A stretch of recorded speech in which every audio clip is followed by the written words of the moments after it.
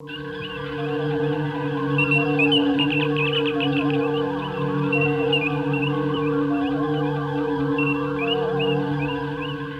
this is Mark A. Altman. And this is DAREN DOCHTERMAN. And this is Ashley Miller. And we are the Inglorious Treksperts. Go behind the scenes of all your favorite Star Trek series, from the original series to today, with the stars, writers, producers, and more, every Thursday, wherever you listen to podcasts. And for more, subscribe at trekspertsplus.com. It's the logical thing to do. Keep on trekking. Ingloriously, of course.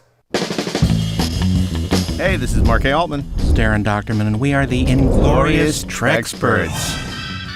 I thought it was a classic femme fatale. So much fun. Like that Shakespearean lace in your acting. I said, Gene, what do you want from this character? I want you to just take the character and make it your own. I had a good time on the film. On day one, the movie was already $15 million over budget. We started this movie without an ending. That's like painting yourself into a corner. I don't think we've ever had a Star Trek captain on our show. Being, as you said, number one on the call sheet, it is a producer's position if you're going to take it seriously. I was so glad they didn't cast me as Lorca. You famously wrote that script in 12 days. On one level, I wrote the script, and on another level, the story was written by everybody and his brother. Well, I was going to say, what was your response when you were directing and Terry, sort of called you aside and said, hey, I want you to get back in front of the camera again? I said, he sort of chummed the water a little bit. Are you ready to play Riker? What I thought he was saying was, you better go to the gym and lose some weight.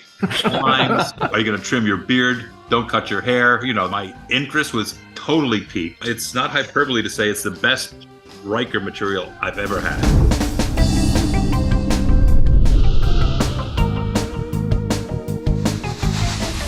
New episodes available every Thursday, wherever you listen to podcasts. Or subscribe today at trekspertsplus.com. But keep on trekking, ingloriously, of course.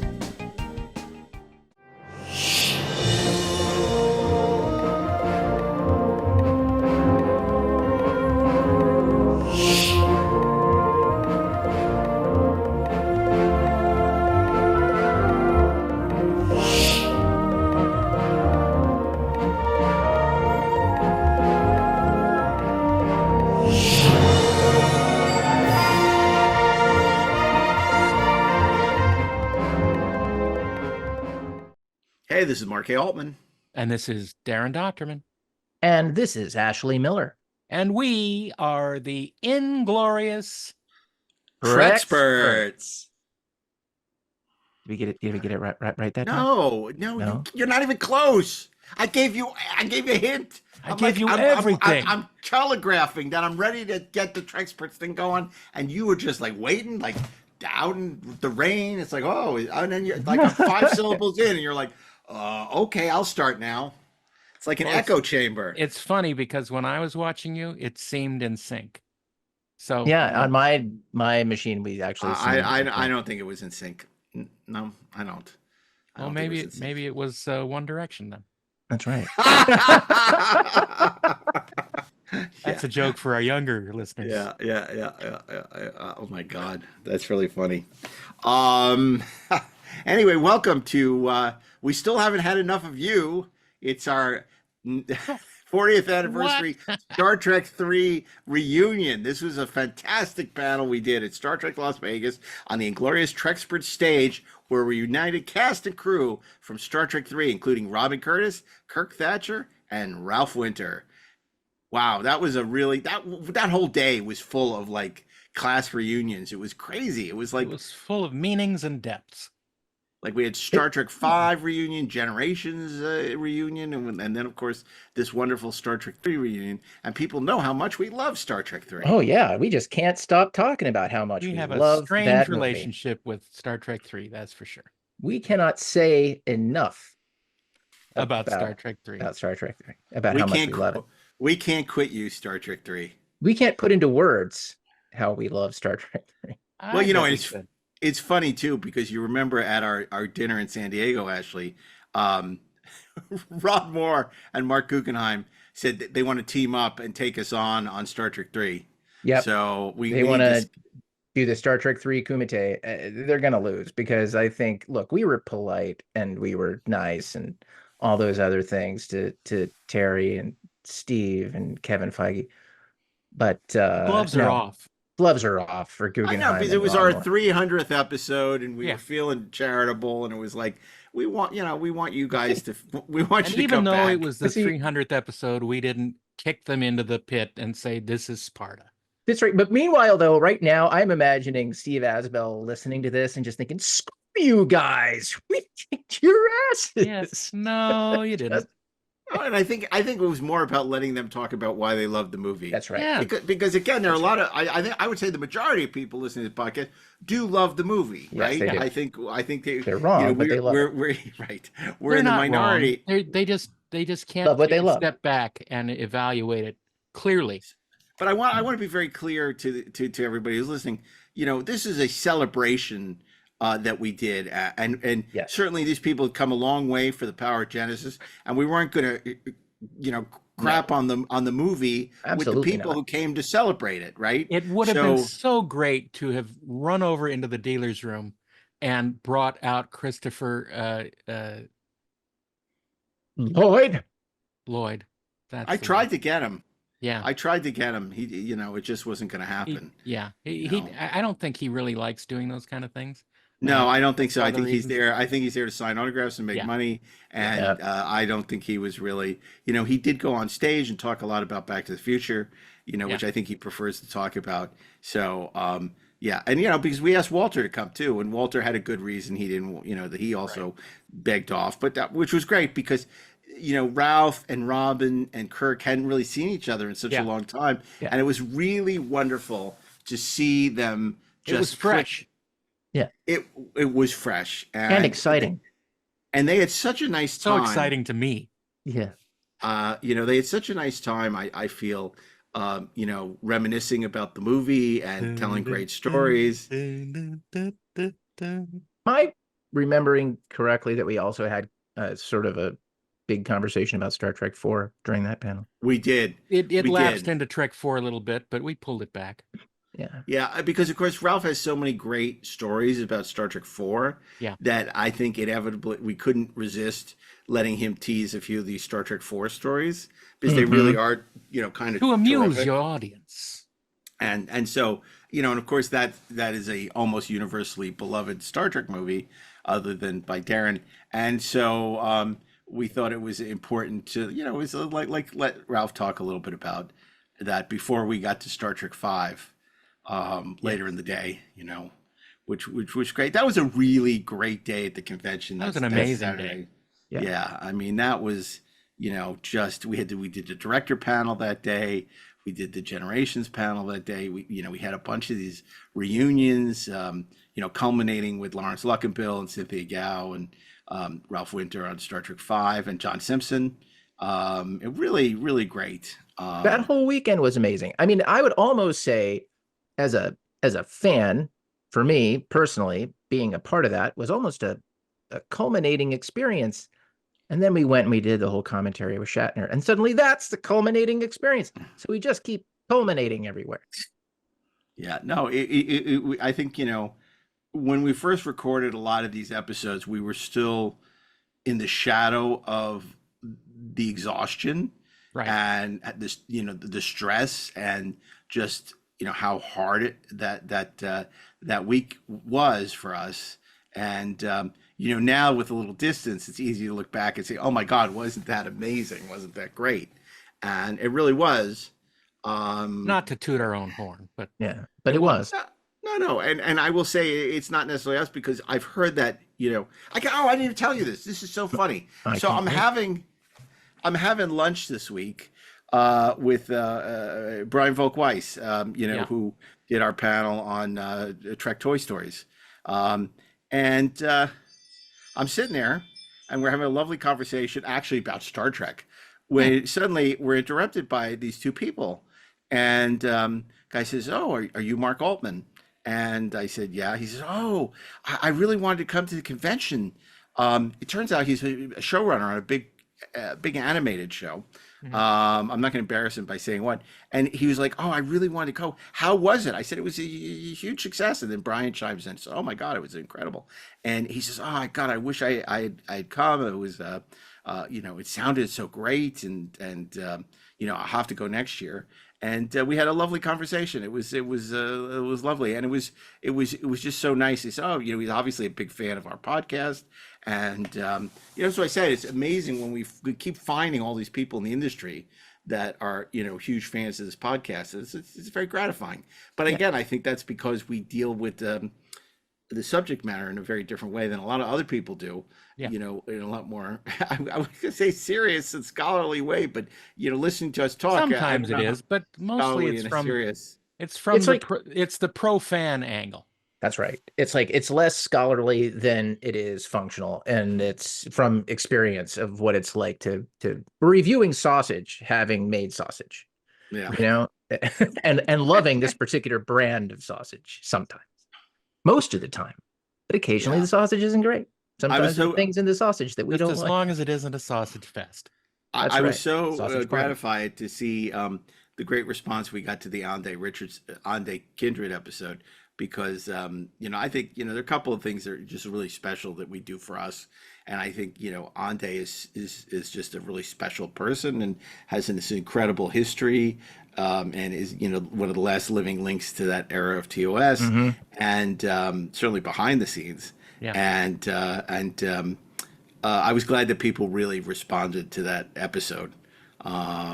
Because we probably had 750,000 people in the room, but obviously we're reaching tens of thousands more people through the podcast, and so it's nice that she can have that exposure to a much larger audience, because her story is so remarkable. And I think this Star Trek 3 reunion, it's just fun. Like, I don't know how much you're going to hear that you don't know, other than the fact that Robin and Kirk had a crush on each other. I don't know. It's not like the Eddie Egan episode from a couple of months ago, where we learned all this stuff about Star Trek 3 that we couldn't have possibly imagined. That was so fascinating. I'm sure Ralph Winter has secrets that are locked up in there that he hasn't told yet. We just got to figure out how to unlock them. I don't know about that. I mean, but I got to tell you, I still can't get over the fact that we found out from Eddie that the what we thought was the swagger stick, the golf club, was supposed to be a futuristic golf club. I think about that all the time for some reason. I don't know why. Yeah, I don't know why, but I was just literally thinking about that today. I was like, I don't know, man. I was like, how do you get that golf club? How can you have a red alert when you're in space time? It's so funny. Not that he would ever do it. But obviously we got a sense of what Shatner thinks of Star Trek 3 during our Star Trek 5 commentary. And boy, he could be on our side when we go against Ron and Mark. That would be amazing. I think that's true. He would never do it, but no, he would never do it. Yeah. So that was another interesting revelation during that panel that we did. But I think that this was a really fun, gregarious group of people talking about a movie about death and depression and resurrection, and we're very excited to be able to share. And Pon farr.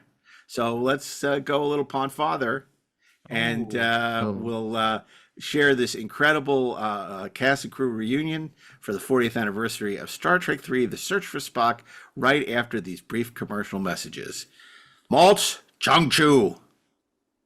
Head for Taco Bell at warp speed and start collecting Star Trek 3 glasses. Beam home Spock. Klingon treachery. The secret of Valtrapan. And fate of the Enterprise. Star Trek 3 glasses. Only at Taco Bell. It's just made for you. Hurry and buy this week's glass. Spock lives for just 69 cents with the purchase of a large or medium soft drink at regular price. Now we're here to celebrate a film that I'm amazed how beloved it is by people. We've seen it as fans. Any of you who listen to the podcast know there is a huge, huge, passionate following that just adores this movie. And to be able to celebrate it on its 40th anniversary, the great year of 1984, and keeping the franchise going after the tremendous success of Star Trek II, doing phenomenally well at the box office, a perennial on home video with a great cast. We have a terrific panel for you today. We do. Should we bring them out? I think we Let's should. bring them out. The word is no. Therefore, we'll bring them out anyway. First is a gentleman who had a little bit to do with Star Trek III, mostly his working with Leonard Nimoy on Nimoy's directorial debut. But you also know him as the punk on the bus from Star Trek IV and the associate producer of Star Trek IV, Mr. Kirk Thatcher. Oh! That's you. Mr. Kirk Thatcher. It's you, darling. It's We you. couldn't understand. We're like, at some point, they're going to say our names. Hi, thank you. You Thank you, Chuck. Anywhere on the couch? Take your seat on the couch. You didn't mention his proudest achievement. Not there. No, operating the Klingon Targ in Star Trek. Well, that's III. true. We'll get to that. Okay. Yeah, spoiler alert. And of course, everyone's lovely Saavik, the lovely Robin Curtis.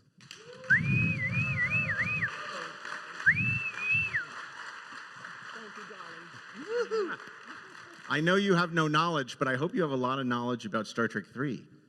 Maybe a little bit. Maybe a little bit. Okay. Guys. And do we have our third guest? Is our third guest? We do. Ralph is here, Oh, producer good. of Star Trek III, The Search for Spock. We have the producer of Star Trek 3 and 4 and 5, Mr. Ralph Winter. Oh, Ralph. Ralph, please. Winter is coming. Mr. Not appearing in this stage. The Family Von Trapp. Let's. Oh my God, that was good. Let's start our conversation. He'll be here. Winter, Ralph, who is here, can join us already in progress. All right.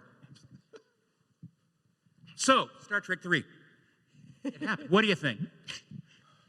Well, it changed my life. That's for sure. Yeah. You know, because of the one interesting layer to the pandemic. I don't know about you, but did you find that people found new ways to connect with each other? Don't make me separate you two. I know you might have to. It's called the Kama Sutra. Ways to connect. Don't go too pon far. Oh, good Lord. Anyway, people reached out across the divide, you know, that we were all isolated. To me, anyway, and I realized, oh dear, they want to talk about Star Trek 3 and 4 and so on. So I watched everything again, and I got reacquainted with everything again. And where am I going with this? Well, just that. Mount Saleya. I dug up some things. In fact, I just showed Kirk some photos. There were really fun Polaroids that we took on the set of Star Trek 4. 3 was much more serious for me, but 4 we were playful, and it was, and of course he brought so much of the comic relief. In any case, I was able to isolate the day that changed my life, and it was June 29th, 1983. And that was the day. Hold that thought. Ralph Winter, everybody. He's come a long way for the power of Genesis. Winter. No, don't apologize. So nice to see you again. Oh my goodness. Long time. Yeah, really, truly. Sir. Hello, young man. Sir, hello. Doctor. That's what's been so really just profound about this anniversary year is reconnecting with people that you haven't seen in 40 years. Yeah. And with you all too. You've come up to me and you've shown me photographs of me with you 38 years ago. I'm like, Jesus Christ. Anyway, it's great to be alive. It's great to be here in this moment and to reflect back and to see Kurt again. Oh my God, just love these guys. Anyway. Forgot that we had a crush on each other. Ralph, I want to ask you, when Star Trek II came out, it was an immediate success. In fact, it was the biggest, highest grossing non-holiday 3-day weekend in history at the time. How soon did work commence on developing Star Trek 3? At what point did you get involved, knowing there would be another movie and getting this together? It was 2 years separating the two movies.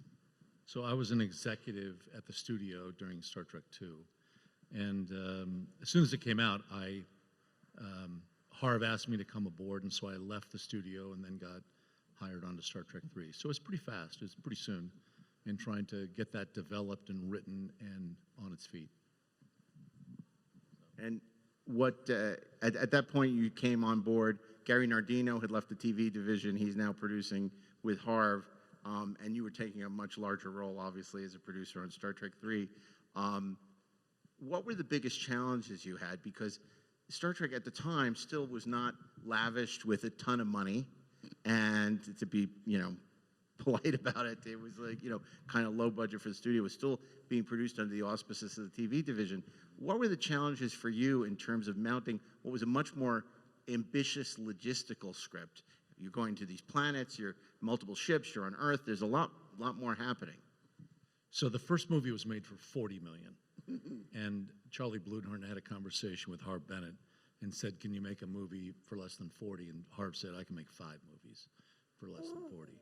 So we made Star Trek 2 for 12, and it was in the TV division to, just have different sensibilities about how we were going to go about it. And yeah, it's always challenging. Star Trek 2, we didn't go outside at all. It was all on stage. And we only went out for a couple of days on Star Trek 3 to Occidental College. But yeah, it's always challenging with, sets and fire and all sorts of things. We used ILM, and Kirk can tell you about that and about the dog and all that kind and of stuff. the computer graphics, ILM's one of the first CG things they did with the Genesis device. Yeah, that whole CG thing was amazing, and that was the beginning of computer animation. Well, we borrowed from 2 to use it again. Right. So that was a big, expense, $1 million for one shot. Yeah. Nick Meyer wanted to make a cut in the middle of it. They didn't. Ed Catmull didn't want to do that, and yet it was the right thing for the storytelling to cut and have Spock say, "Fascinating." Yeah. Well, I worked on 2 and 3, and 4. 2 is funny. It was a progressive thing. I started just doing the casting, the Aceti eel worms and the ear, Chekhov's ear, and working just at ILM in the creature shop. Then on 3, I helped build, we called her Fluffy, but she was a targ that was told to us after the movie came out, Chris Lloyd's lizard dog thing. And then the worms, we just called them the bacteria, the coffin worms from Spock's coffin. Oh, yeah. And so I got to be on set for about 2 weeks doing that scene, and then I just saw Chris Lloyd 2 hours ago, and I said, "Chris, you don't remember me, but I spent about better part of a week with my head under your butt with a rubber dog on my arm." And so you say that to everybody, Kirk. I do. It's my pickup line. And so it was great. So I was working with Leonard, but I never, I don't think he ever even knew my name at that point. But I kind of met you guys and sort of segued into. So by the time 4 had come around, I said, "Hello, Leonard, I'd work with you." And again, he was probably nice and said, "Oh, yes, of course." He didn't remember me. But it was great. I mean, I was a huge Star Trek fan. So progressively working more and more in Star Trek was a joy. So the challenge of, that third act and the disintegrating planet and all that kind of stuff was daunting, and we did that on stage 15 at the same time that the back lot burned down. So Bill came out with a garden hose and was helping. He saved the movie. Oh, yeah. He saved the world. Saved the set, saved the world. Yeah. He saved us all. Robin, when you hear that Charles Correll and a lot of the other people had initially wanted to shoot in Hawaii as opposed to on that stage at Paramount, do you feel you missed out? Wait a second. They originally wanted to do what? They wanted to film the Genesis planet in Hawaii. Oh yeah, no, big disappointment. How I wouldn't have known, and I was just so impressed with how they constructed it. You could also use the microphone. Up above the set floor, so that you. Robin, could you use the microphone? I'm so sorry. Yeah, I know. I loved how you needed to step up and how they constructed the set up way up above the soundstage floor, and so that people were underneath manipulating fire, etc., dogs, etc. But no, I was just so impressed with all of that and the care with which people took with these sort of what could have been dangerous moments, I suppose. I feel recent events have cast a light on whether or not people are caring and concerned in the stunt industry. And I found in my experience on the set of Star Trek 3, there was absolute care and professionalism and, top-notch work going on with regard to any stunt or fire or anything that would have endangered anyone. So there's that. Well, and Ralph, you worked with a first-time director on Star Trek 3, a man by the name of Leonard Nimoy, and I would love to know sort of, he's still a first-time director, even though he's been on sets for several decades at that point. What your perspective on, because I know the studio had trepidation, and then Kirk, what your insight was into Leonard's mindset, having worked so closely with him at that time. So I think, Leonard did a good job on 3. It was bumpy, and he certainly, what he learned, he applied on Star Trek 4, which was a tighter story and storytelling. No, listen, Leonard was decisive. He was, good to everybody. He was focused on the story, but it was bumpy in terms of the way the story comes together and the way it plays out. And I think by the time he got to 4, it was a lot tighter. He'd learned a lot of stuff on that. And he may have done a movie in between 3 and 4. Did he do The Good Mother? Is that in between? No, that was after 4. That was was after it? 4. Yeah, because he was on the Disney lot, and I visited him there, and he told me the story. I'm like, oh, that's different. Yeah. Because he did 3 Minute a Baby first, right after. Right. That was his big hit. That okay. one was which kind of registered him as a really successful director that wasn't in his own wheelhouse of Star Trek. And then he did The Good Mother, which was a tough film. But he was a very serious actor and loved those kind of serious stories. And what you said about 3, when he hired me, was because on 3, all the effect stuff, he just was not in his mindset. So I was, like I said, genetically engineered to be his assistant and then associate producer, because I knew that I'd just been in ILM for almost 3 years and had done other productions. So he said to me, I want you, I'm going to do his voice because it lives in my head. I want you to focus on all the technical stuff, make sure I'm getting what I need, because I'm going to focus on the story, which is the heart of why this series works. It's these characters, and this movie is really about them as a group. It's not so much a Kirk Spock movie. And I said, okay. And yeah, it was amazing. You gave me the name of the band that does I Hate You in 4 is The Edge of Etiquette, which was a nickname Ralph gave me on 4, because I would go to the meetings with, Sid Ganis and Don Steele, and I would be me, which is slightly irreverent. And on the edge of etiquette. And he said, you always walk the edge of etiquette. You are the edge of etiquette. And I'm like, oh, I'm going to make the punk band that name. So, sorry, we're drifting a little into 4 here, but I think Leonard was nervous on 3 more. He said, he was like, he knew there was a lot riding on it. Like if he screwed up, he'd probably not get asked back. So, on 4, I think he was much more comfortable.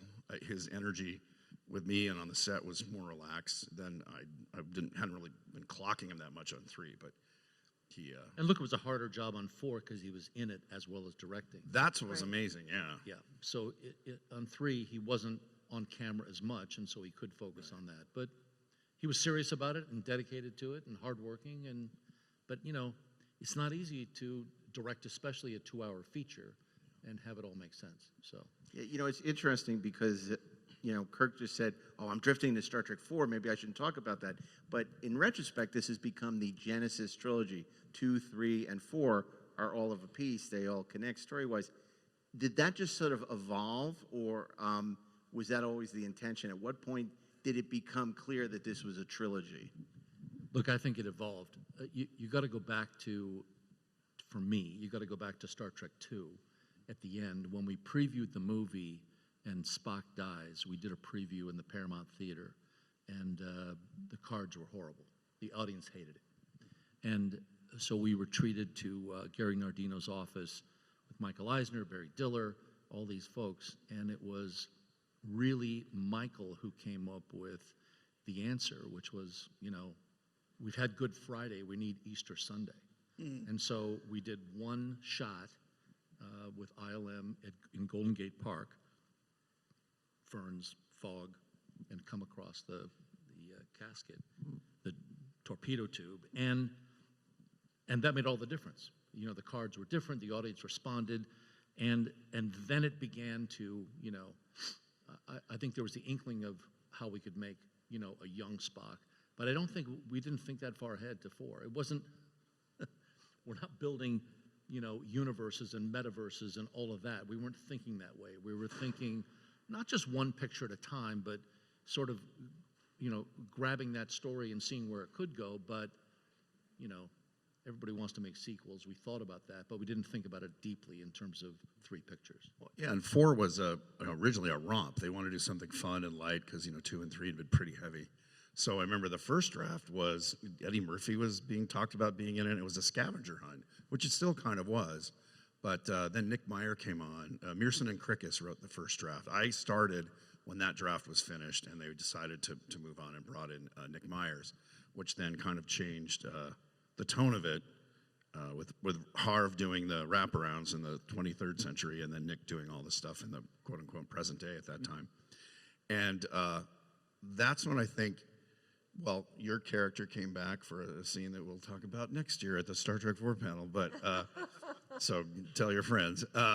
But that, I think, it wasn't originally like, oh, this is going to wrap up, 1 and 2, or 2 and 3.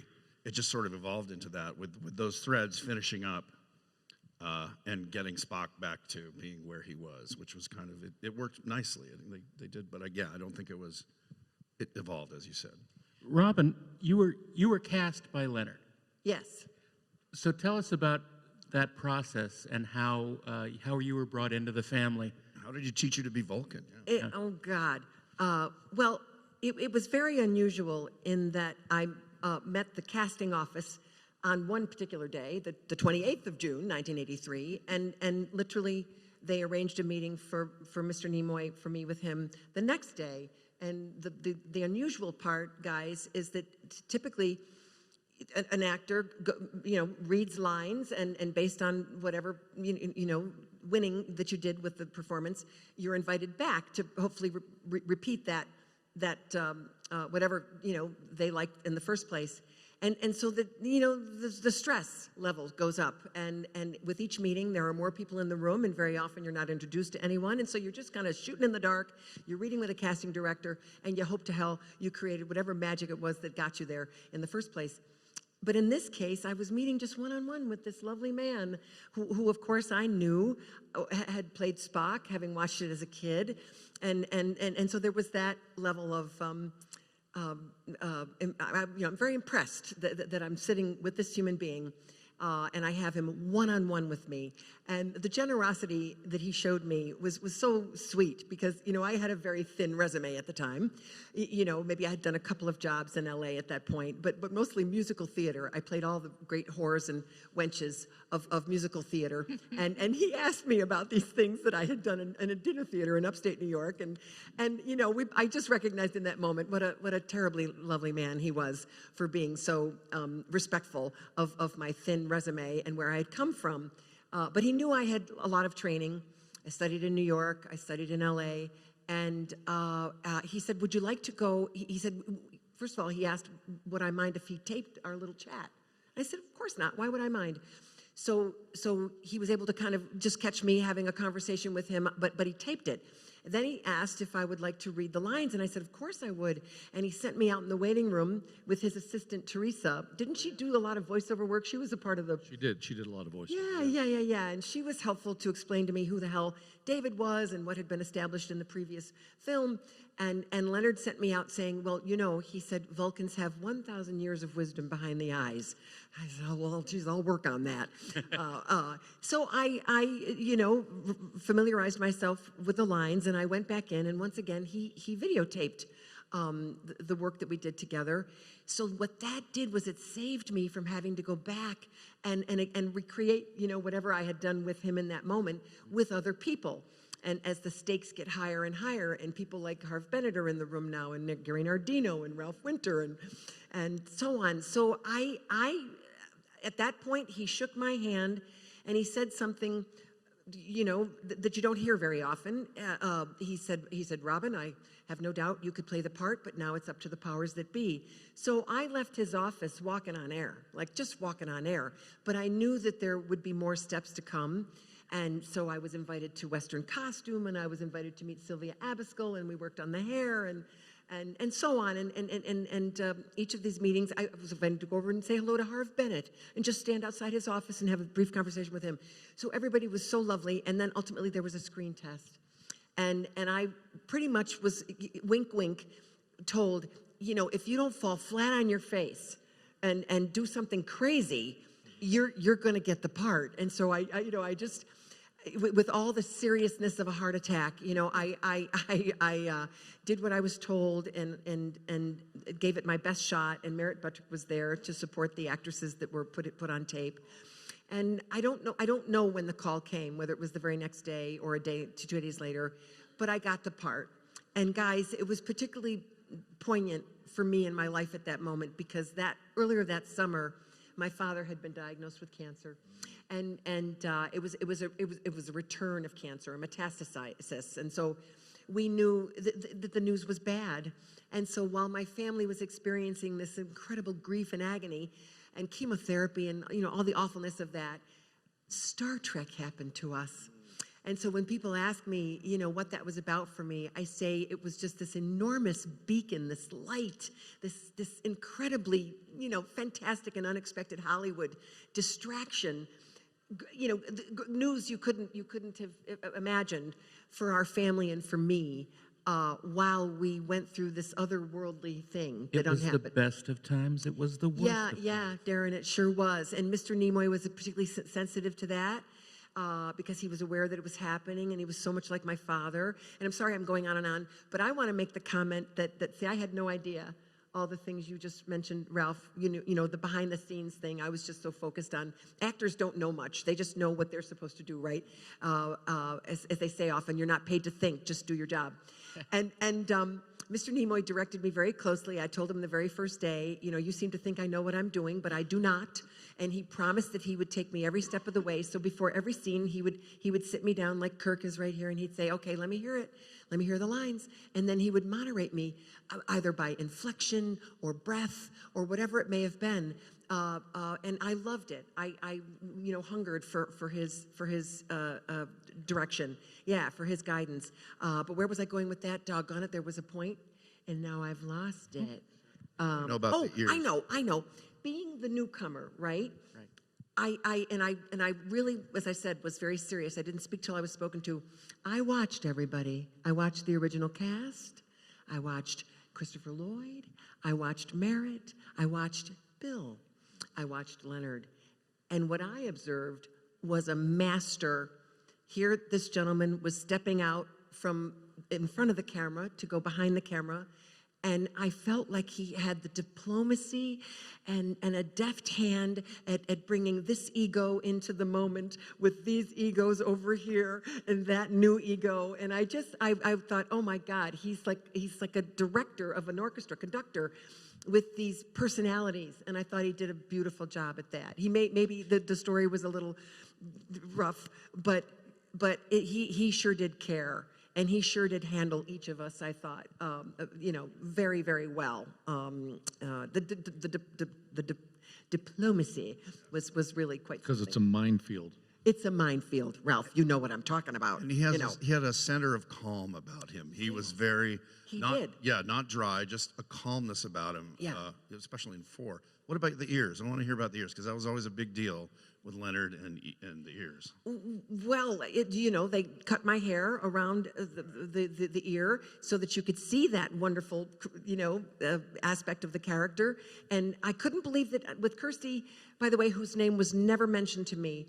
People often ask how was it difficult to take over the role of another actor, and I suppose it would have been had not Harve Bennett, I think, and Leonard agreed they simply weren't going to approach it that way. It's like the character was born anew when I walked into it, and I thought that was clever for them to do that, because of course I would have wanted to keep up and make sure I followed in her footsteps, but it turns out that Leonard's collaboration with me and Nick's collaboration with Kirsty were two very different beasts.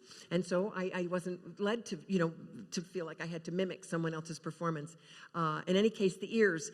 A lot of actors work in many ways, but the ears, having the ears and the eyebrows put on and the hair and now the uniform, you suddenly, without realizing it, you take on that Star Trek demeanor, and you stand more upright, and your posture changes, and your affectation changes, and you're speaking more calmly, and you don't stutter like I do in real life because my mind goes 55 miles ahead of my mouth. It's really something to be transformed from the outside in, especially with a character like Saavik. So, speaking of egos, yeah, portrayal of Vulcans, yes, and producing. And Ralph, I think this is definitely a question for you. Now, Mark and Darren and I all had an opportunity to get a load of Gene Roddenberry's notes on Harv's script, and we also got a load of some of Harv's feelings about said notes. And I think Mark and I can speak to getting notes because there's nothing a screenwriter loves more than notes, especially of the "hey, this sucks" variety. So my question to you is this, right? The most important thing, in my experience, that producers have done on films or in TV is manage personalities and prevent fires from breaking out as egos kind of begin to clash. So what was it like dealing with, look, Gene Roddenberry is obviously a very important figure in all of this. He certainly wasn't the producer of record on this film, but he's still Gene Roddenberry. You've got Harv, who is the producer on this film. And the writer. How did you navigate that minefield? Because I'm surprised that it didn't blow your legs right off. So, look, Gene had, an incredible idea and vision for the series, from the TV series originally to the movies, and then, towards the next TV series it was going to go. I think that, he started all those things, but he wasn't the business guy. And so it just wasn't going to work on the TV series in the 60s. It wasn't going to work in the movies. It just a clash. It was just, it just wasn't going to work. One of the first clashes we had on Star Trek II was Nick put on the bridge a sign that said "no smoking," and Gene lost his mind. People don't smoke in the future. And Nick said, people will be smoking something in the future. And they just went at it back and forth. Oh my God. And Harv, the diplomat, came in and sort of solved that. But it was always contentious. And because he was passionate about his universe, the thing he had set up, which was a brilliant idea that we're participating in now, however many years later. So on the features, he had a clause in his contract that if there was some problem, that he would need to come in and be paid. Well, guess what? There was always a problem. But he softened by the time, I showed Star Trek 6 to him a few weeks before he died, and he really did like that movie and enjoyed it, and I think at the end enjoyed all the movies, but he was doing his thing and participating and pushing his vision. And you know what? God bless him. That's what you're for with as a creator, as someone that started this. We didn't disrespect him, but he just wasn't in the business mindset of how do you get this done. Right. It's sort of the thing where, for instance, we heard the fans writing to us about you can't kill Spock. And then the fans were writing to us in 3, you can't blow up the Enterprise. Well, you can kill Spock if you do it right. You can blow up the Enterprise if you do it right. But I think what was important was we wanted to hear and listen and be aware of what the audience is saying. But that doesn't mean you have to deliver exactly that. Right. We didn't on the first X-Men, we didn't deliver yellow spandex suits. Ryan, is doing that now with Deadpool and Wolverine. And we made a joke of that in the first X-Men. What were you expecting? Yellow spandex? Yeah. So I think that's very important to widen out, and we widened out on 4 in terms of an audience that didn't need to know the Trek terminology. Right. You didn't need to know the inside world. We would pay that off with Easter eggs of people that wanted to, but you could the movie was approachable if you didn't have any background in the Trek universe. So the sort of inside, darker, more character-based stuff, we widened that out by the time we got to 4. But, Gene came along with us on all that. It was all right. There's a quote in Star Trek, they're not dead as long as we remember them. And I think part of what we do here is spotlight those who we've lost. I know Harv was a very important person in your career. He was a mentor for me. Yeah. And I was going to ask you about him, but I also read more recently James B. Sicking. If anybody has any memories of working with James, Captain Stiles, who passed away recently as well. But if you can talk about David Harv. Lowry just passed away. I'm saving that for Star Trek V, but absolutely, we'll definitely talk about David. That was shocking. Look, Harv was a master diplomat, and he was really talented at structure. And I learned as a producer that the power of a story is in the structure, not the dialogue, not the character. Those are important things, but the power of creating an emotional moment that people are going to respond to is woven into the DNA and structure of a story. And so that's guided me ever since. And we spent a lot of time together. He was he was just like a father figure. He was so caring and saying, look, you can't talk to people that way. Here's how you do it. Here's how you handle this situation. And so we learned together, which was great. And it was a different time of making movies, of course, than it is now. I was telling somebody else that we all had a bar in the back of our office, and at 5 o'clock, Harv would say, what are you having? Come on, let's have a drink. This is horrible. We got to, figure out how to survive today. Wrap beers. Tomorrow. Wrap beers and Miller High Life. You introduced me to the champagne of beers. In your office, you had that whole little mini fridge. We don't do that anymore. No. We were, I'll tell you a funny story, though, about Harv. We were in his office. I'm not sure which movie we were working on, but they had come down from maintenance, and they said, we're going to be on the roof working, just so you know, there'll be some noise up there. And it's like, yeah, whatever. And so we were working at Harv's desk, and we heard a bunch of noise upstairs, and then suddenly this guy's foot went through the ceiling, and it covered his desk with debris and plaster and everything else. And he looked down and he goes, oh, I'm sorry, you okay? And no, you okay? And this was the second floor of a building over by Lucy Park on the Desilu side of the studio. And he was up there ostensibly to help. During the summer, they were getting ready for leaks and things like that. And it was funny, he came down and we cleaned up the desk and he was helping. And he brought down a bucket. And the bucket inside, the studio in the 30s and 40s wouldn't patch the roof. They just put a bucket to where the leak was, and then they shoved newspapers in there so you wouldn't hear it. The attic was full of buckets. He brought down a bucket and pulled out the newspaper that was dry. This was during the summer, and it was like 1943. That bucket had been up there, along with all these others for all that time. But, it was just this shocking experience to have a foot come through the ceiling while we're working on a story, and it was, the sort of studio legacy and history coming in and interrupting us. Well, I'm going to do what Kirk did and say, because you have a wonderful story about Star Trek IV when you were flooding the tank for the end of Star Trek IV as well. That also ties into the studio history of Paramount, which we hope is not the next casualty to go. It's historic buildings that won't go. So I don't think the tank had really been used since DeMille or some of really old movies. So we became very unpopular in March, April on the studio lot because we made everybody that parked there park somewhere else. Right. Michael N. Terry was our special effects supervisor, and so he came in with his team and they swept it and they power washed it. And then Michael, as a special effects guy, was just testing the surface to be sure it was fine and tested. And a couple of places with an iron rod, it went through the asphalt.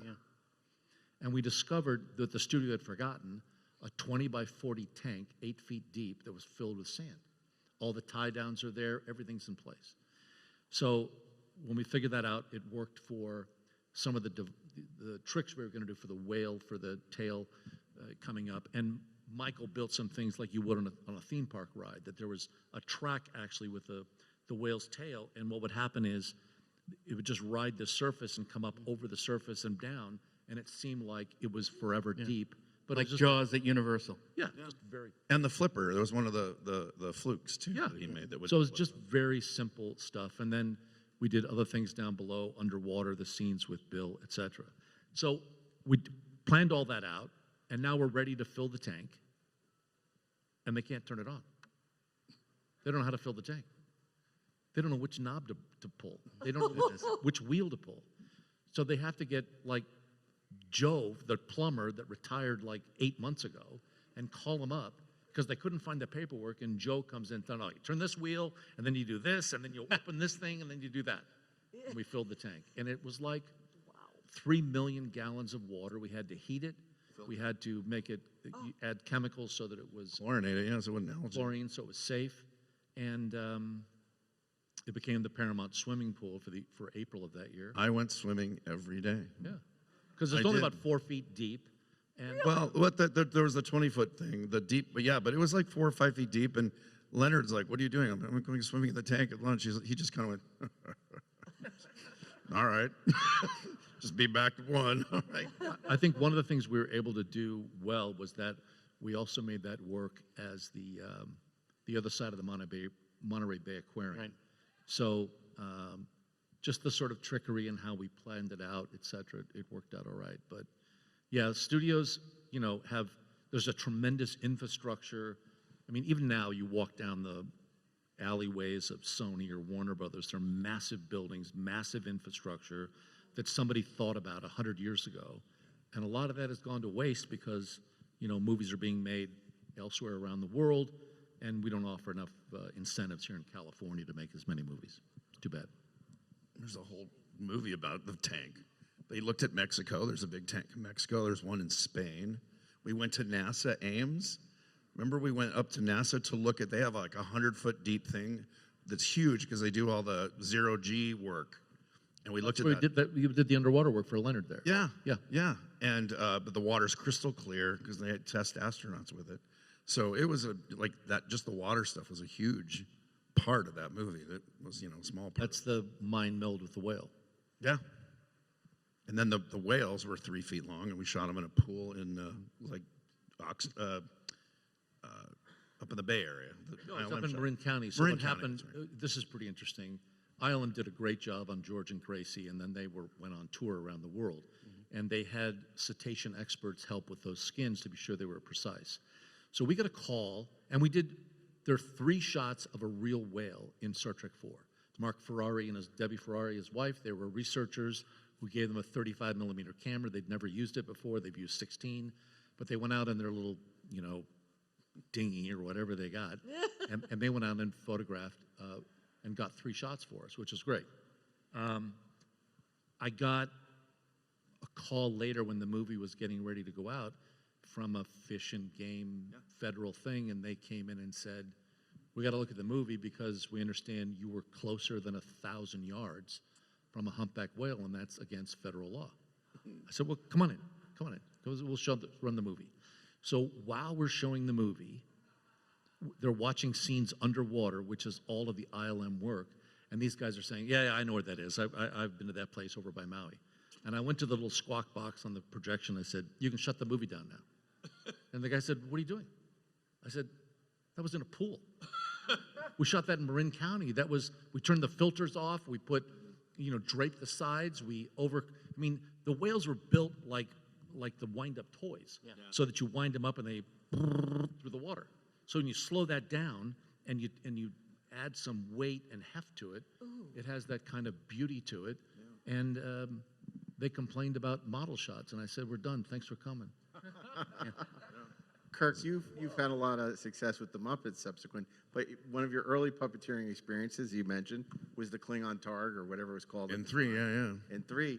Can you tell us a little bit about that, and also working alongside Christopher Lloyd lording over you? Well, it was great because there's over you. Chris Lloyd and John Larroquette, which is funny. I thought, well, Klingons are played by funny actors. They just don't play them funny. Right. So I was in this chair. I was essentially like this because they didn't build it for the puppeteer. They're like, "Oh, we'll just cut a hole and you can crawl under." So I was like this with a TV monitor that was watching what was being filmed. There was a hole cut just big enough for my right arm. And someone would put the dog on my arm. And so I'm watching, and it wasn't a Muppet. It had to be realistic. So most of the time, I was just kind of going, I grew up with dogs. I know what they do. They just kind of pant and stand there and do that. So, but there was a lot of time where he was in the shot because he was right next, Christopher could reach down and pet him. So yeah, it's amazing I didn't develop scoliosis or something being cramped under there. But yeah, and I helped build the dog, so I knew him literally inside and out. And it was fun. I mean, it was great. I was giddy just to be on a Star Trek movie and to be on set. But Chris and John were very serious. They were very much in character. It wasn't like they'd get cut and be joking around. They're like, in fact, I thought John Larroquette was an angry man because I had. Is that your experience, Robin? I mean, you worked very closely with. Well, I would be in the makeup chair at 5 a.m. and John would be telling stories, and I don't think I'm speaking out of turn because he's been sober for so many years and supports others who might need to check in.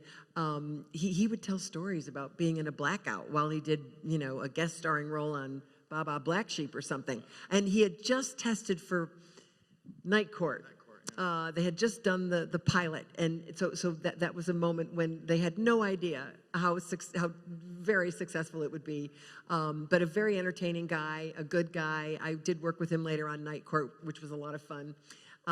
Yeah, and Christopher, I'm so embarrassed to say, I had not watched Taxi. I was not a Taxi person. So I was very shy around him, and I of course greeted him, and he would greet me, and he was a very lovely gentleman. And but I did not have any small talk with him because I was so worried I would reveal what a numbskull I am, that I'm not watching, very popular shows on television, and I had no idea of his success.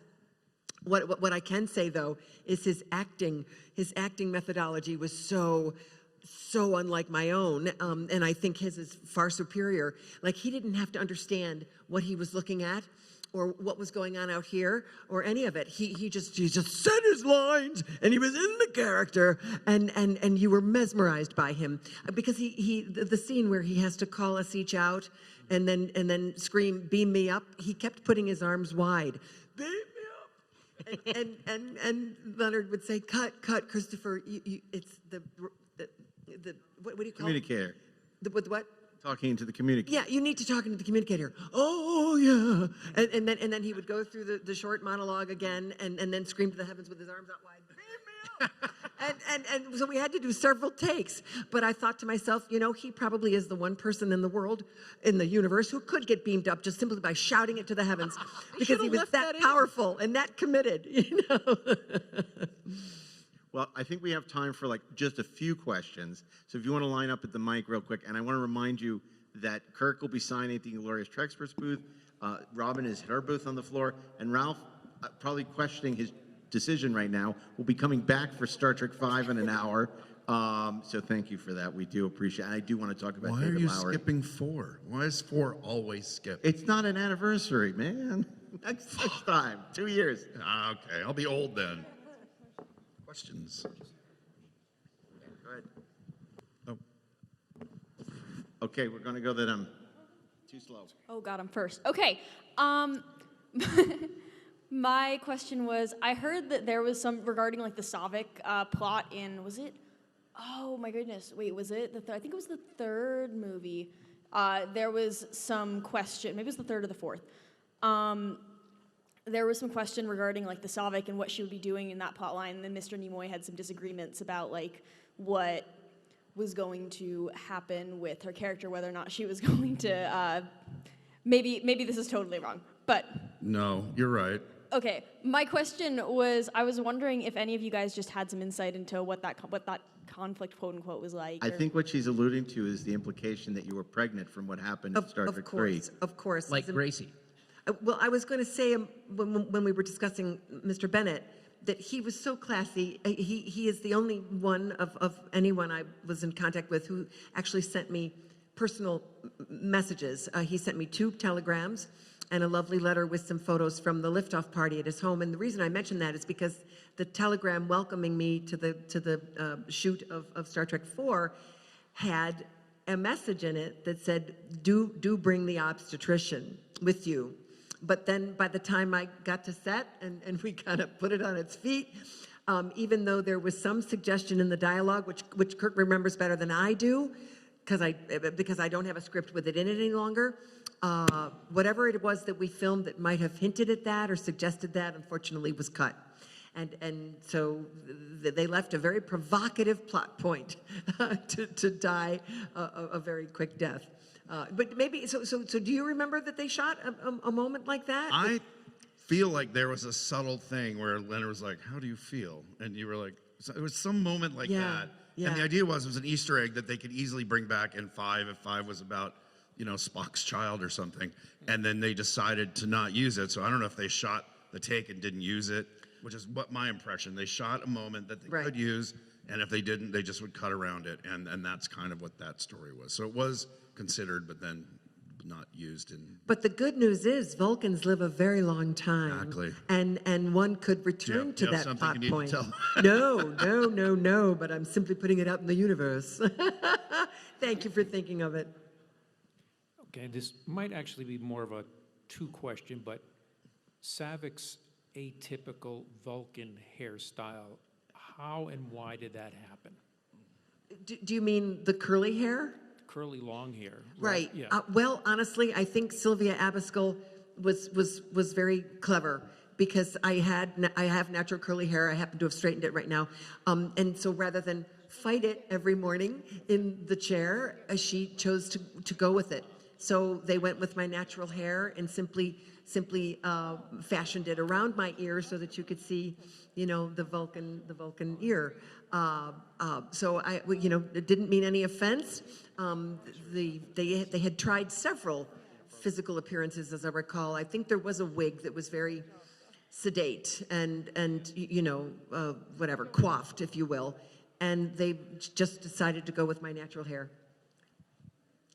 So there you go. Hello. My question is for Kirk and for Ralph. Can you tell me, was there a lot of challenges with the puppeteering and the visual effects on Star Trek 3? You alluded to the dog puppet, but were there more that we didn't see or that? Well, there was I called them the worms that came out of Spock's coffin when they first, and Krug grabs one and crushes it. So I think it was my or Ken Ralston's hand in there. I knew I was helping with that. That was pretty easy because we were just below shot and we were out. The dog was tricky. As I said, I was crammed in a contortionist box with just a hole for my arm. So I couldn't do much with it. And he didn't have to do much. He just kind of had to stand up and pant. We did some other contortions with Leonard's face, young Spock, didn't we? I'm pretty sure we did in terms of movement of his cheek and when he was aging fast. Yeah. So we did some of that inside of a mask to make that look like he was changing, growing, stretching. So we did a little bit of that. I don't think much of it's in the picture, but we played with that for a while. I think there's one shot left in it. Yeah. Can we bring you up into the spotlight because there's something very unique about this? I seem to recall. I think he is cosplaying as you, Kirk. He is, yes. We met. Oh my God! Scotty. Come out here! We want to see you. Come over here. I was very honored to meet him. Very cool. He hates you and berates you. Yes, he hates me and berates me. And his name is Scotty, which makes me laugh. That's terrific. Okay, you're living on the edge of etiquette now, so thank you. But that was great. Next question. Hey guys, I appreciate you being here, and I really do appreciate this intimate conversation you've had with us.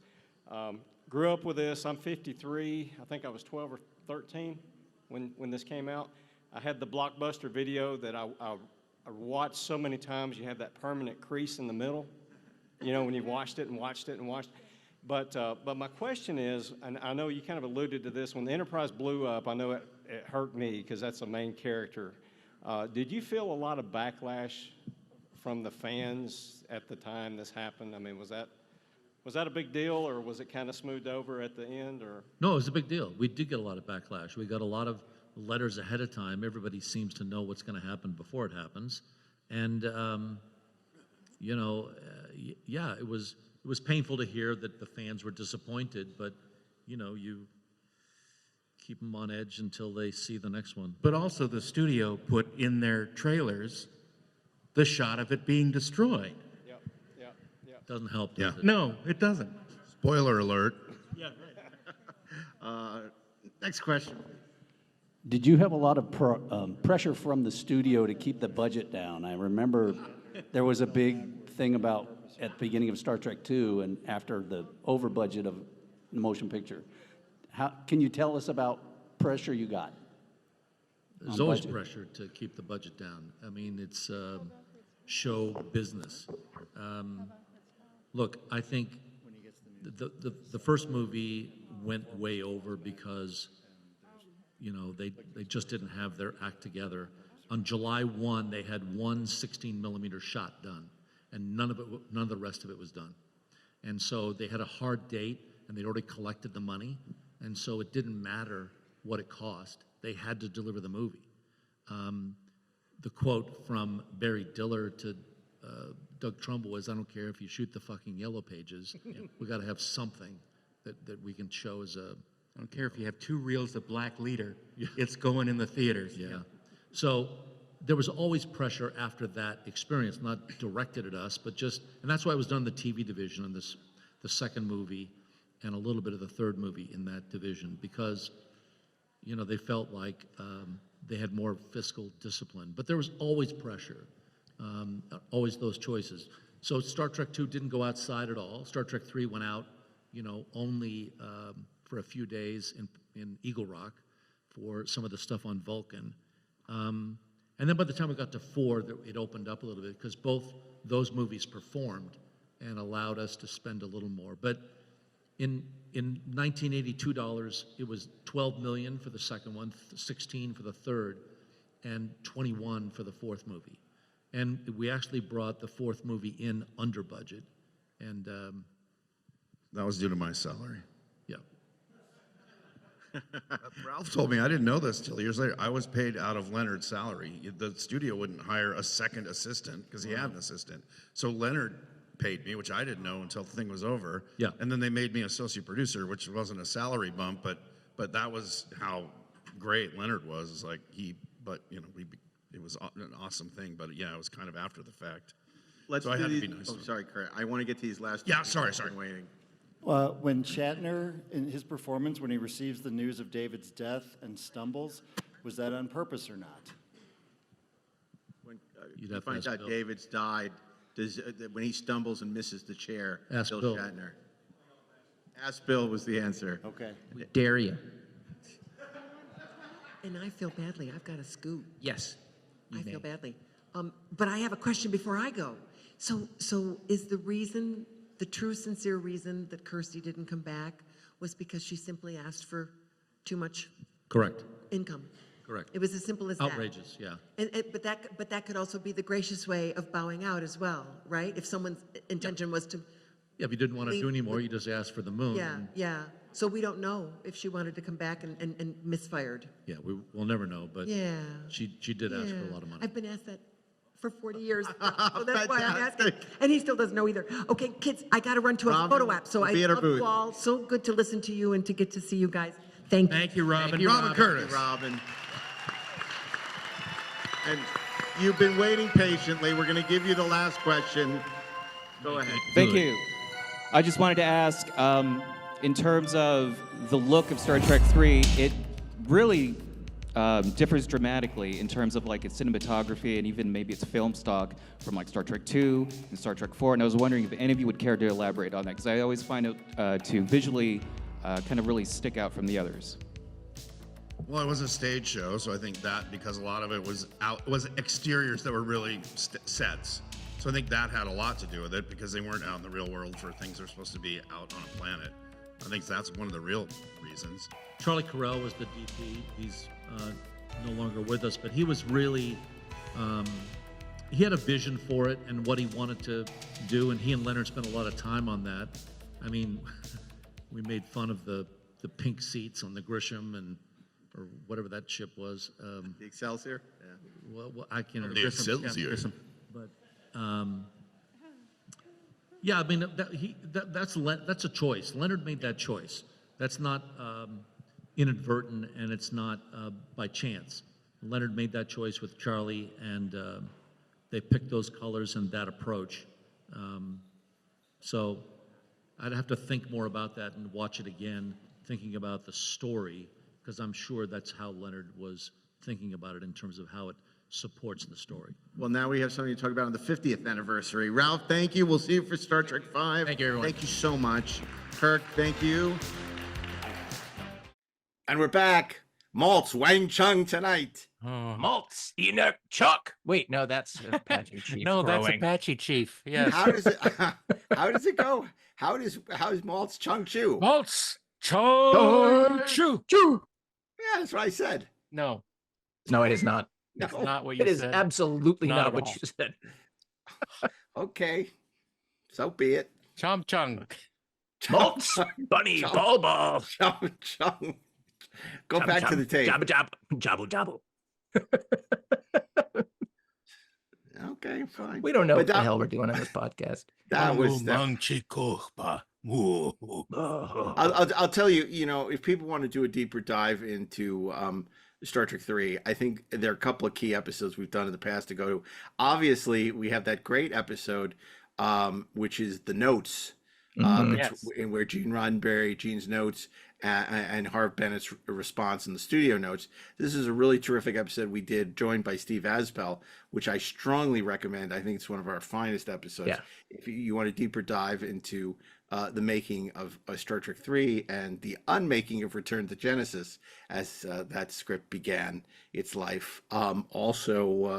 Another great is our In Search of, which was our commentary, our Treksperts commentary track for Star Trek 3. And of course, our 300th episode with Kevin Feige and Terry Matalas and Steve Asbell, where we listened to them talk about how much they love that movie. Yeah. And we nodded and smiled. By the way, we should totally do a Deck 78 on In Search of. Yeah, I Yeah. don't have much to say about it. but- Exactly. I mean, you know, Leonard Maybe never went somebody to these. does. He never went to these locations. They just recorded him. He didn't go to a Atlantis? couple days. You No. lie. Setting up a 5 there was life, a fair chance. It's funny because I've told this story many times on the podcast. I'll tell it again though. You know, back when I was 8 years old and went to Kings Plaza Mall to get Leonard's autograph, the first and last time I ever wanted anybody's autograph, I said, "Oh, you know, everyone's gonna be asking about Star Trek. I want to be." This is even back then. I wanted to ask the questions nobody else was asking.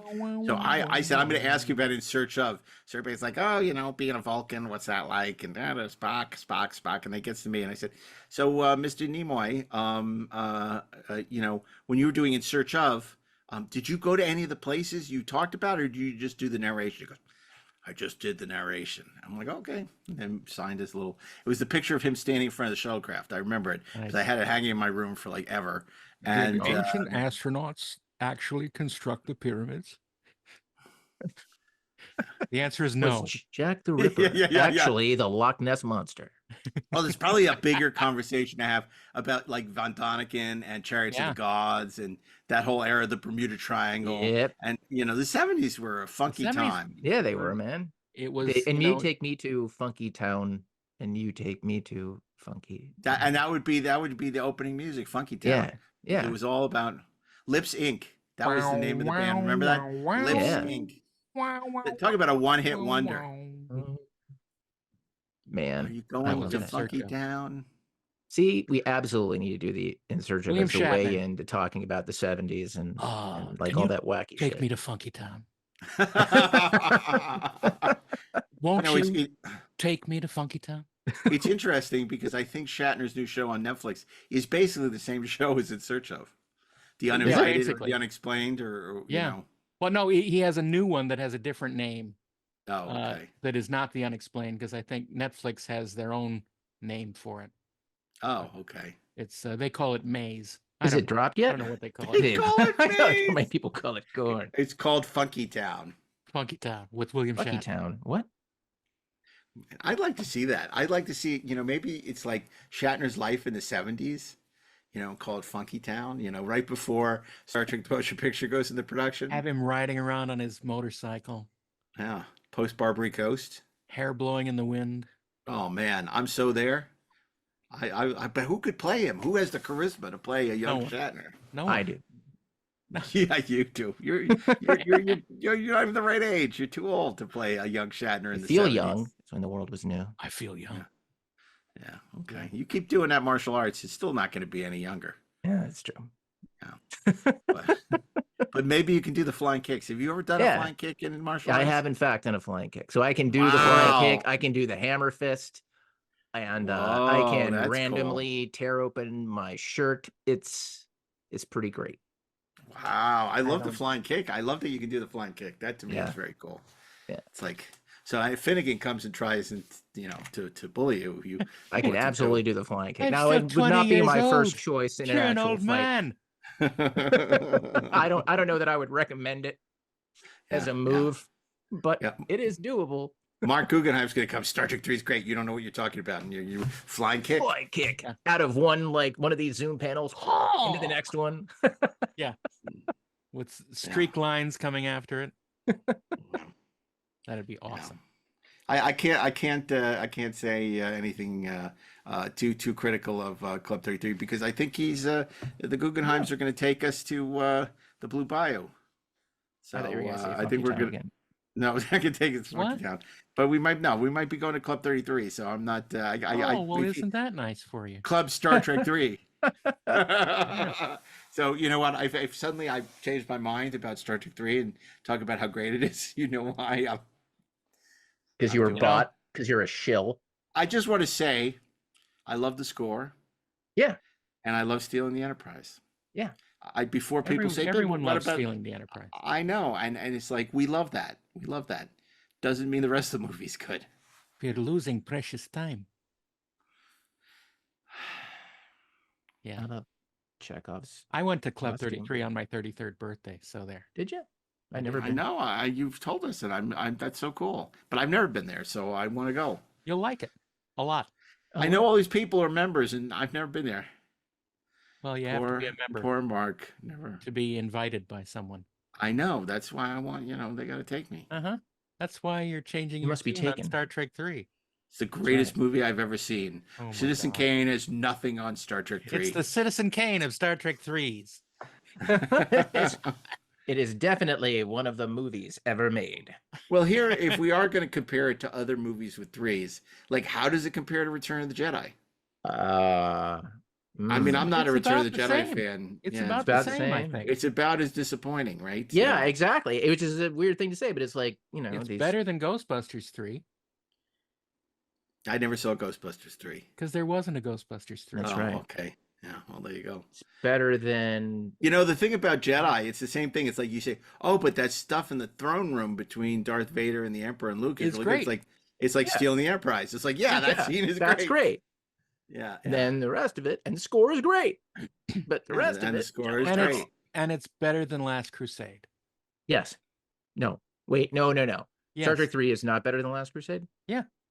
A little bit. I mean, Return of the Jedi is, but... No. I think that's a good analogy. I think like Last Crusade is also one of these, number 3s that's not particularly good. Number 3 that's kind of number 2. We'll have a Deck 78 about the good and bad Indiana Jones movies. That's right. Or we just have like number 3s. That'll be a Deck 78. It's 3 for our third season. Yeah. A third season of Deck 78. We'll do into 3s. But because it's like Last Crusade. Last Crusade has that cool kind of opening, with young Indy. So it has that. That's the Stealing the Enterprise. Yeah, but it's not that cool because it's ludicrous that all his traits happen. I in know. 20 minutes. It's just great that River Phoenix is, doing he's this great. amazing like Harrison Ford imitation of that whole thing. That's what makes it watchable. If you ignore the fact that it is complete nonsense, it's delightful. but it's more fun to watch him in Mosquito Coast. Yeah. But it also has that really fun scene in the Nazi castle with Allison No, Doody. that's dumb. It's dumb. I kind of like that. See, this is why we need to do this as a deck set. Yeah. Okay. Well, let's not get. What's another 3? Because like Goldfinger's great, so that doesn't apply. Yeah, that doesn't. Jaws 3D. Oh, Jaws 3D, terrible movie. Yeah, terrible. Yeah. Terrible. Yeah, terrible. But at least it has more depth. But then Jaws 4 came along and was great, where they go back in time, and no, they never do that. For the whales. Back to the Future 3. Yeah. Back to the Future 3. See, I don't think Back to the Future 3 is all that good. So. I agree with you, man. I think Back to the Future Part 2 is wildly underrated. Yeah, I don't. Back to the Future 3 is not that great. I have no use for Back to the Future after Back to the Future 1. Okay, well that's a fair point. Yeah, I'm done with the movies after that. What are 3s? Let's see. 3s. They come in 3s. Rambo 3. Oh, that's awful. Yeah. Well, that is awful. That's the Afghanistan one. That's Rambo terrible. 3 is actually Rambo 2, and it's First Blood 3. That's true. Rambo 2, First Blood 3. That's right. Rambo 2, First Blood, Part 3. Wait, what the f is that? Oh, how about this? Poltergeist 3. Yeah. Terrible. Ooh, yeah, That's no, the that one was in the skyscraper. Yeah. That's Because, the worst. because the first one was in a house, and the second one, now we're gonna do a condo. It's like, oh my God. Friday the 13th, Part 3. And we're gonna get rid of the whole family except for Heather O'Rourke. Yeah. It's like it'll only be Godfather Caroline. 3. Yeah. Godfather. Yeah, I guess, but that's Godfather 3 is still better. But than every it's film way we've better. mentioned. Yeah. Yeah. But Oh, you know, That's graded on a curve. Yeah. but yeah, Superman 3. Yeah. Ooh, yeah. Ooh, What is it about threes? The curse of the threes. Yeah. Wow. This is so interesting. Yeah, and because even Magnificent Seven, it's like Magnificent Magnificent Seven, Return of the 7 3? Seven. Well, it was Magnificent 8, and the no, it was Magnificent the 9. the Magnificent Ocean's Seven, 12. the third movie. Was it Guns of the Magnificent Ocean's Seven 13. or the Magnificent Seven Rides Again? I don't remember, but they were both terrible. I don't remember. You'll have to ask someone else that question. What was the third Planet of the Apes movie? Oh, that's, that's good. That one's good. That's Escape from the Planet. That's Escape. right. Yeah. No, that's very good because that has Yeah. grape juice plus. Yeah. And it also has Eric Pierpoint is in that one. As, Eric not Eric Pierpoint? Pierpoint. No. I mean Eric Braden. Eric Braden is in it from Colossus. Yes. Yeah, he's good in it. He's He plays scumbag. Dr. Hassline. Yeah. Speaking of Colossus, Terminator 3. Yeah, but then they were all horrible. Yeah, that's true. Yeah, so. But you could say that. But I don't think Terminator 3 is nearly as bad as what's to come. Oh, yeah, no, that's true. It's kind of brilliant compared to what followed after. But this is so interesting about the threes. Well, we should continue this on Deck 78. Yeah, I guess On a we completely different podcast. That's Indeed. And What were the we only talking way- about? right. I don't know. What was the actual We were subject talking of about this? Star Trek 3 and what a great panel that was. Well, we're was a so great glad we panel. can share our cast and crew Star Trek 3 reunion with all of you. If you were there live, you know how electric it was. And if you weren't, then maybe you do know now. So we're so grateful to have you here on the Treksperts. New episodes drop every Thursday. You can listen to it commercial free 1 week before it drops everywhere. If you're a Treksperts Plus subscriber on Spotify, we hope you'll join us and grow stronger through the sharing. And of course, you can share all your thoughts about this and every episode either via email, trekspertsplus@gmail.com, or wherever you tend to populate your social. Inglorious Trek, Inglorious Treksperts. What an interesting And sentence. we want to thank our video producer, the great Brian Mix, as well as Mark Rivera, for all their help in dealing with our technical difficulties and bring us to air. And of course, from Star Trek Las Vegas, our stage manager, the great Stephen Simek. So Stephen, thank you. And thank you everyone who made Star Trek Las Vegas possible, including our good friends at Creation Entertainment. And speaking of conventions, we hope you'll join us in Columbus, Ohio this coming December in Columbus, Ohio, as the Inglorious Treksperts Live Tour 2024 comes to its conclusion in Ohio. So we hope to see you there. Always a good time on the road with the three of us, and always a great time at GalaxyCon. So we're excited about seeing you there. So until next week, on behalf of Ashley Edward Miller, DAREN DOCHTERMAN, myself, Mark A. Altman, keep on trekking ingloriously, of course. Shh.